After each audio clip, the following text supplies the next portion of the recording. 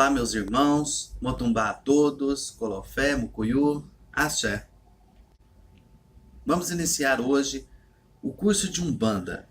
Para quem ainda não curtiu, curta a nossa fanpage, acesse o nosso canal para que você possa receber as próximas videoaulas. E para quem tiver interesse em receber um certificado ao final do curso, entre em contato conosco através de nossa fanpage, para que possamos cadastrá-lo, fazer o acompanhamento das aulas, e então, após ser realizado as provas, você receberá um certificado.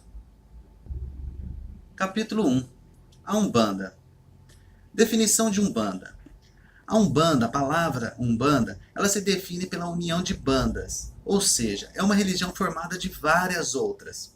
Assim como o povo brasileiro, que tem a sua descendência através dos povos portugueses, italianos, franceses, japoneses, africanos, indígenas, etc. Essa religião ela também é miscigenada com várias crenças. Isso torna a Umbanda única em sua essência e nata brasileira.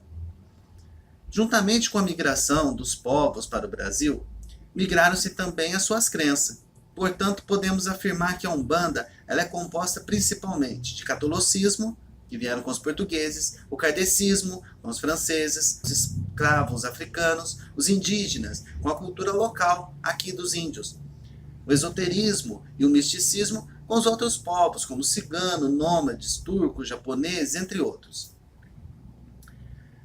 Para entendermos um pouco da história da Umbanda, vamos falar um pouco a respeito de kardecismo. Num determinado momento, começaram a surgir, durante todo o planeta, fenômenos espíritas. Isso aconteceu aqui no Brasil e na Europa, enfim, vários pontos. Começaram a acontecer fenômenos espíritas, que foram chamados na época das mesas rodantes. Então as pessoas se reuniam para poder ver a manifestação e se comunicar com os espíritos. E a forma de comunicação era através das mesas, através de batida das mesas. Então se fazia uma prece, convocava esses, pedia-se que eles se manifestassem de alguma forma, respondessem algumas perguntas. E assim começou a chamar a atenção em várias regiões do mundo. Foi então que um francês, pedagogo francês, de nome Hippolyte, ele utilizou o pseudônimo Allan Kardec. E ele foi que codificou a doutrina, ou seja, ele começou a tomar corpo a doutrina, tanto que hoje é chamado de kardecismo, por causa do nome de Allan Kardec. Então começou. Foi em 1854 que pela primeira vez ouvi falar das mesas girantes. Encontrei um dia o magnetizador, o Sr. Fortier, que conhecia desde muito tempo. Disse-me ele que já não eram somente as pessoas que podiam se magnetizar, mas também as mesas, conseguindo-se que elas caminhassem e girassem à vontade. O fato não me pareceu radicalmente impossível. O fluido magnético, que é uma espécie de eletricidade, pode perfeitamente atuar sobre corpos inertes e fazer que eles se movam. No ano seguinte, o Sr. Carlotti, amigo de 25 anos, me falou dos mesmos fenômenos com entusiasmo.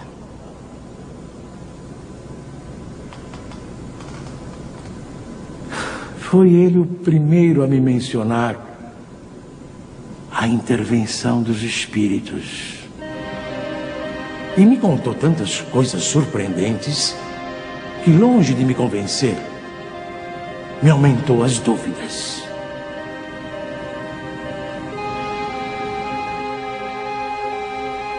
Tempos depois, fui convidado a assistir às experiências que se realizavam em casa da senhora Pleine Maison.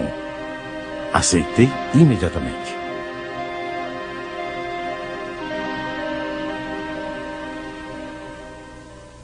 Foi aí que, pela primeira vez, presenciei o fenômeno das mesas que giravam, saltavam e corriam. Assisti então a alguns ensaios muito imperfeitos da escrita mediúnica.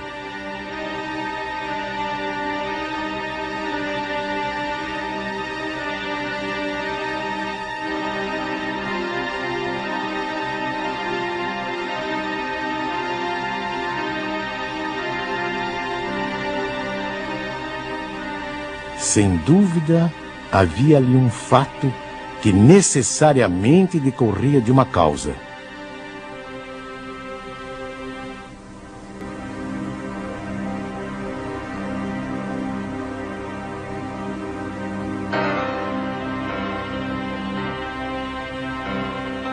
Foi nessas reuniões que comecei os meus estudos sérios de espiritismo. Menos ainda por meio de revelações do que de observações. Apliquei a essa nova ciência, como o fizera até então, o método experimental. Nunca elaborei teorias preconcebidas. Observava cuidadosamente, comparava, deduzia consequências. Dos efeitos, procurava remontar as causas por dedução e pelo encadeamento lógico dos fatos. No ano seguinte, em 1856, passei a frequentar também as reuniões espíritas que se celebravam em casa do Sr. Rustam. Eram sérias essas reuniões e se realizavam com ordem. As perguntas fúteis haviam perdido todo atrativo para a maioria das pessoas.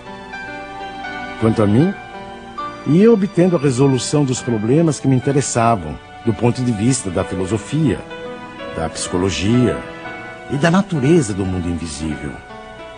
Levava para cada sessão uma série de questões preparadas e metodicamente dispostas. Pouco a pouco, as sessões iam assumindo caráter muito diverso. Entre os assistentes contavam-se físicos, matemáticos, estudiosos e cientistas das mais diferentes áreas do conhecimento humano. Todos formulando perguntas, aprofundando temas e questões.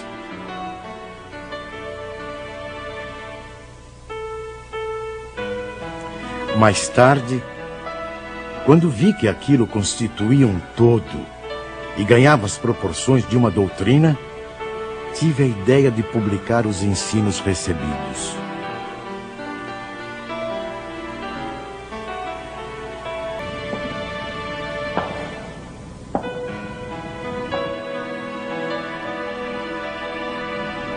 O meu trabalho, em grande parte, já estava concluído e tinha as proporções de um livro.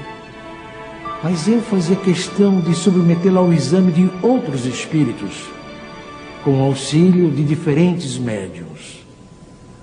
Mais de 10 médiuns participaram do trabalho. Da comparação e da fusão de todas as respostas coordenadas, classificadas e muitas vezes retocadas no silêncio da meditação, foi que eu organizei a primeira edição de O Livro dos Espíritos. Só que chegou num determinado momento que essas reuniões chamadas de mesa branca, nessas reuniões começaram a incorporar espíritos de negros, espíritos de índios, e foi aonde que eles falaram, peraí, esses espíritos são menos evoluídos do que a gente.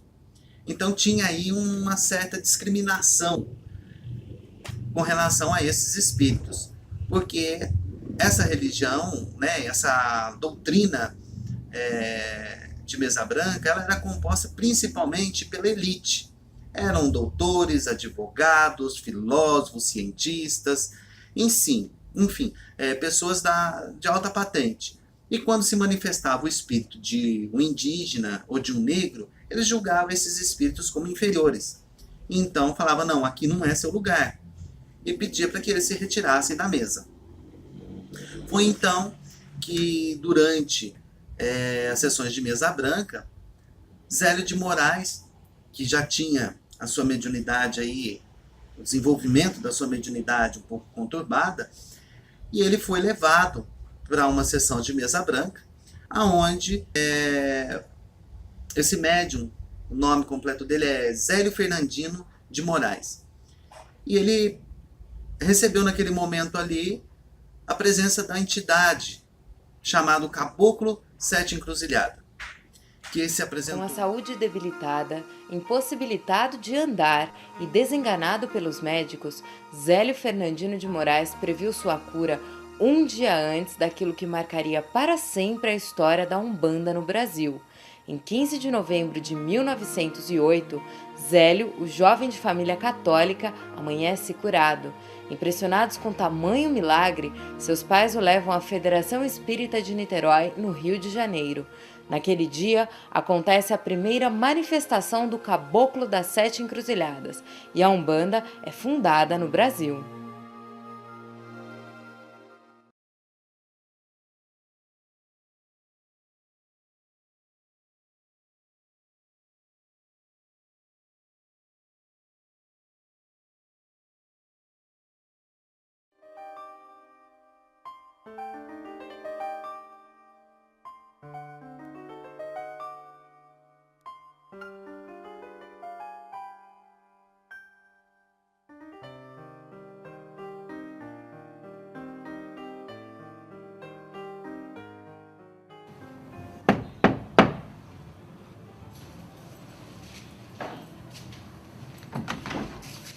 Boa tarde. Boa tarde. Boa tarde. Por favor, entrem. A senhora, por favor, sente-se aqui. O senhor, por favor, sente-se aqui. Você, sente-se aqui, meu rapaz.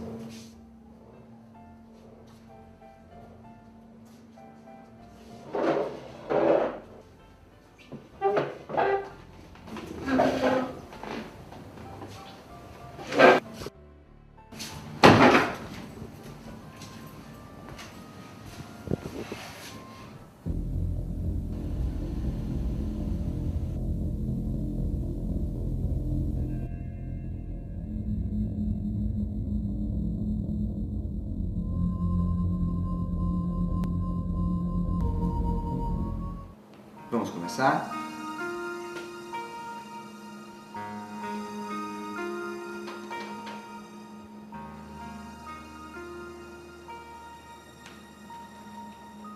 Está faltando uma flor na mesa. Eu vou buscá-la.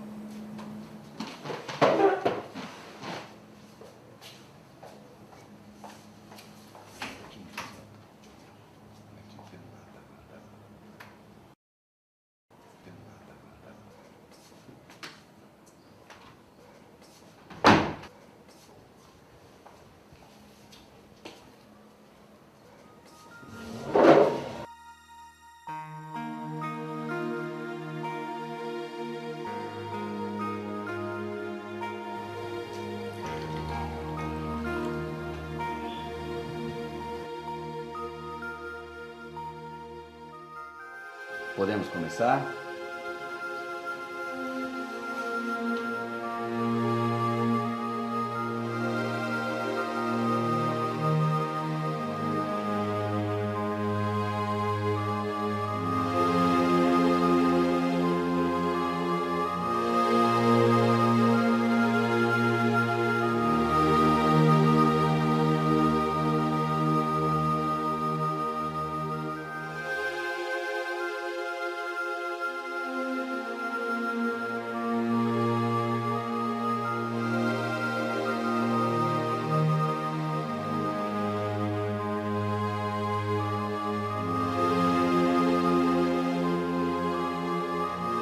Se apresentou no primeiro momento como indígena e então ele pautou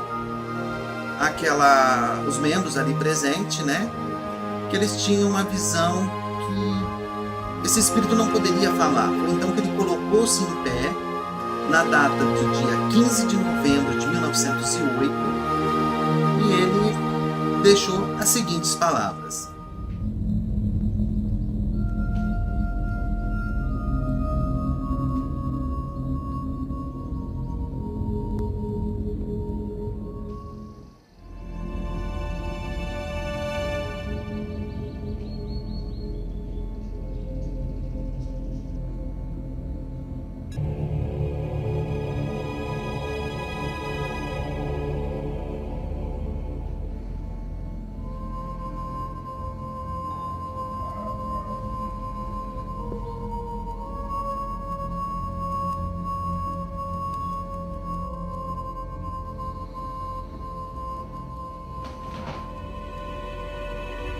Por que não podiam se manifestar esses espíritos, que embora sejam de aspecto humilde, também são trabalhadores?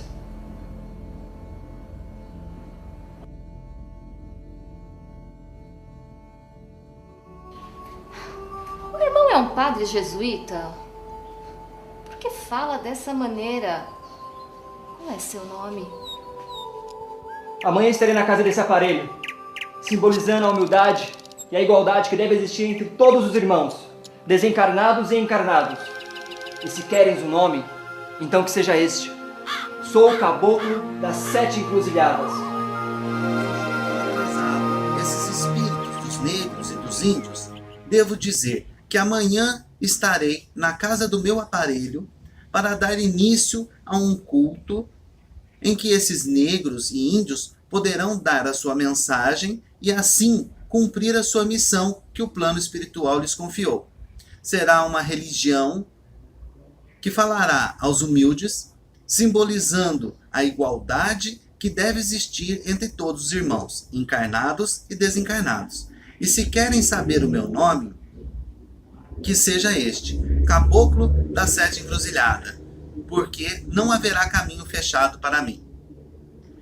Ele preferiu, nesse momento, Caboclo da 7 Encruzilhada preferiu se apresentar na forma de um caboclo, justamente para contradizer todo aquele preceito que tinha dentre os membros da Mesa Branca, dizendo que era um índio, intitulado por Caboclo da 7 Encruzilhada, 7 por ser um número cabalístico, um número da perfeição, citado várias vezes durante o Evangelho também, né, como número de perfeição. Encruzilhada é caminhos. Então seria caboclo dos caminhos perfeitos, caboclo dos caminhos abertos.